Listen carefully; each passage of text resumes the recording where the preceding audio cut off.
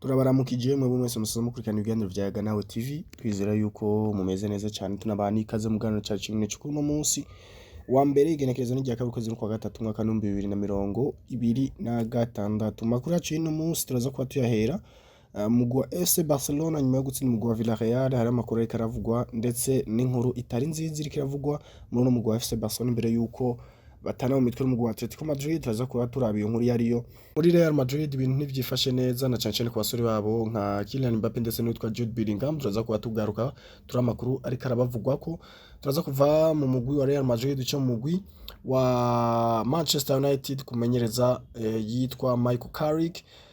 Yose n'amakuru tuza kuba ducamo rero musango ikaze muri kino kiganiro cyacu Yaga Nawe TV.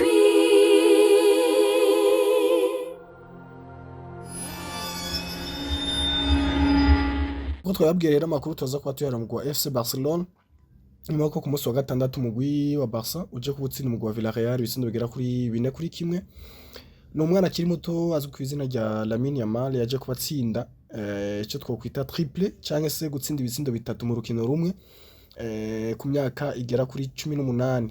Rero ivyo uwitwa Yamal aje kubikora ku myaka mike cyane, aho uwaheruka kubikora afite imyaka mike ni uwitwa Kylian Mbappé afite imyaka igera kuri 17. Neymar Junior abikora ku myaka igera kuri 18. Lionel Messi na Ronaldinho ku myaka 19. Uwitwa Cristiano Ronaldo nawe yaje kubikora afite imyaka igera kuri 21 n'itatu. Nayo uwitwa Yamal rero nawe akabaje kuba abikora ku myaka igera kuri 18 gusa, ikaba kandi baye na triplé yiwe ya mbere cyangwa se gutsinda ibitsindo bitatu mu rukino rumwe ku nshuro yiwe ya mbere kuva yagatangura gukina nk'umukinyi yabigize umwuga muri FC Barcelona. Kandi hariko haravugwa inkuru itari nziza nyuma yo gutsinda igitsindo mu minota ya nyuma y'urukino rwari barahuza na Villarreal. Uwo nawe sundi ni Robert Lewandowski yaje kubagira ikibazo c'imvune. Rero vyamaze kuba biba officiel yuko uwitwa Robert Lewandowski atagiye kubaboneka ku munsi w'ejo mu rukino wa Barcelona uzokina n'umugwi wa Atletico Madrid mu gikombe cy'umwami mu rukino rwo gusubiriza. Rero musatirizo w'umunyapolonye ibipimo vyo kwa muganga vyerekana yuko bitazokunda ko ashobora kubaboneka muri runo rukino rwo ku munsi w'ejo wa kabiri. Nyuma yo gutsinda kandi umugwi wa Villarreal ibitsindo bigera kuri 4-1 umugwi wa FC Barcelona ubicishije kuri Twitter yabo waje kuba usohora ubutumwa nk'ukurungikira ubutumwa umugwi wa Atletico Madrid aho banditse bavuga yuko iminota 90 azoba ari myinshi cyane kuri Spotify Camp Nou narijya bo bizeye kuzokora ico bitwa remontada bakishira ibitsindo umugwi wa Atletico Madrid watsinze kuko mu rukino rwa mbere no mugwi wa Atletico Madrid waje kubutsinda umugwi wa Barcelona ibitsindo bigera kuri 4-0. Rero no kurinda twari nimba Barcelona zoshobora gusubiza bino bitsindo mu minota igera kuri 90 canke se irenga mu gihe vyo bikunze bakaja no muri prolongation. Muri Real Madrid ibintu ntivyifashe neza kuwitwa Kylian Mbappé ndetse na mugenzi we Jude William Bellingham. Amakuru yerekana yuko uwitwa Kylian Mbappé agiye kumara indwi zirigara kuri zitatu atari karaboneka ku kibazo c'imvune yagize.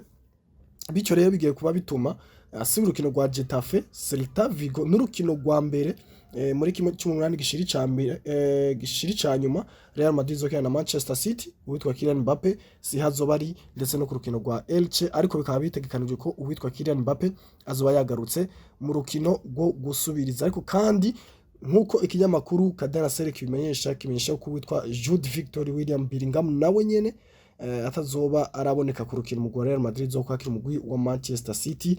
Rero n'uruhombo rudasanzwe ku mugwi wa Real Madrid kutazoba ufise uwitwa Bellingham ndetse na Kylian Mbappé mu rukino rwa mbere bakira umugwi wa Manchester City.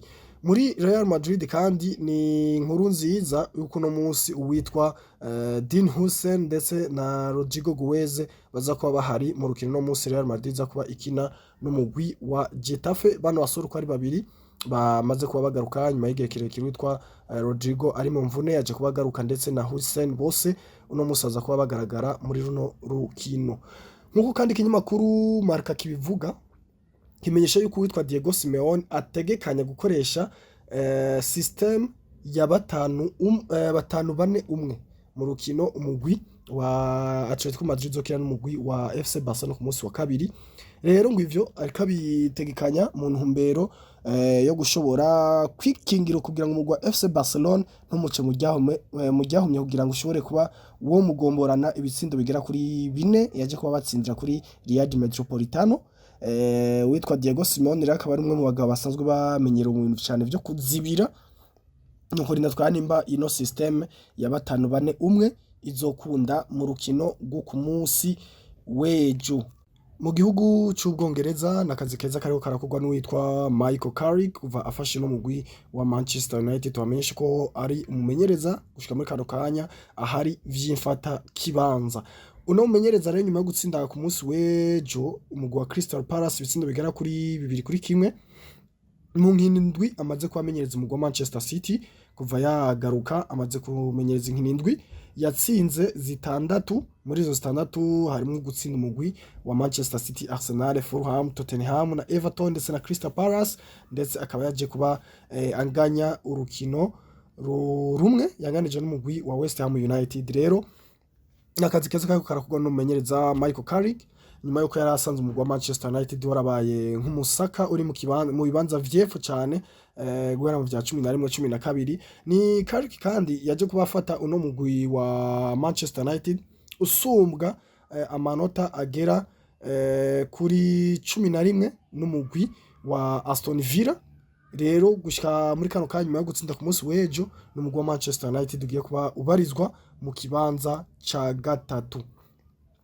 Indi nkuru twabwira dusa nk'abasozera nuko ikinyamakuru Marca nkuko cyazinutse kibivuga nyuma yuko hatariko haraboneka umubano mwiza hagati y'igihugu ca Iran ndetse na Leta Zunze Ubumwe za Amerika.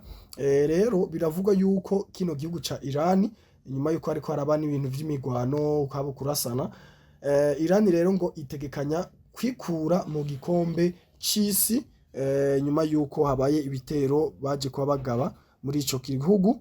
Ivyo rero akaba ari byo bigiye kuba bituma kino gihugu ca Iran cikura muri ano mahiganwa y'igikombe c'isi kigiye kuba mu mwaka wa 2026 n'umwaka turimo muri rino ci tugiye kuba tujamwo. Turabibutse kandi ko rino higanwa kino gikombe c'isi kigiye kuba riba kizobera muri Leta Zunze Ubumwe za Amerika. Iyindi nkuru nuko kandi igihugu ca Qatar cyamaze kuba gihagarika amahiganwa yose abera muri kino gihugu cabo. Tunabibutse ko icitwa finalisma gihuza uwatwaye igikombe ca Euro ndetse na Copa America. Copa America yaje kubitwagwa na Argentine mu guserukira igihugu wa Argentine, ndetse na Euro yatwawe na Espagne. Rero kino gikombe kibahuza bise finalisma nuko cyari kuzobera muri Qatar, ariko kino gikombe rero biravuga ko gishobora kutazokinwa kumvo z'umutekano utifashe neza muri ivyo bihugu vy'Abarabu. Kiswe cyangwa se kashizweho no mugo West Bromwich Albion mu mwaka w'inkino wa 2016 ushira 2017 wo kwinjiza amakorne ibisindo cyangwa se bivuye hariya muri korne bigera kuri 16 mu mwaka umwe. Rero ivyo Arsenal ikaba yaje kuba ubikora na Liga yo isigaranye inkino zigera ku 9 kugira ngo ikureho burundu kano gahigo kashizweho no mugwi wa West Bromwich Albion. Kurundi ruhande kandi muri urwo rukino nyene umugwi wa Chelsea waje kuburonka ikarata itukura muri no rukino rwariko rurabahuza n'umugwi wa Arsenal.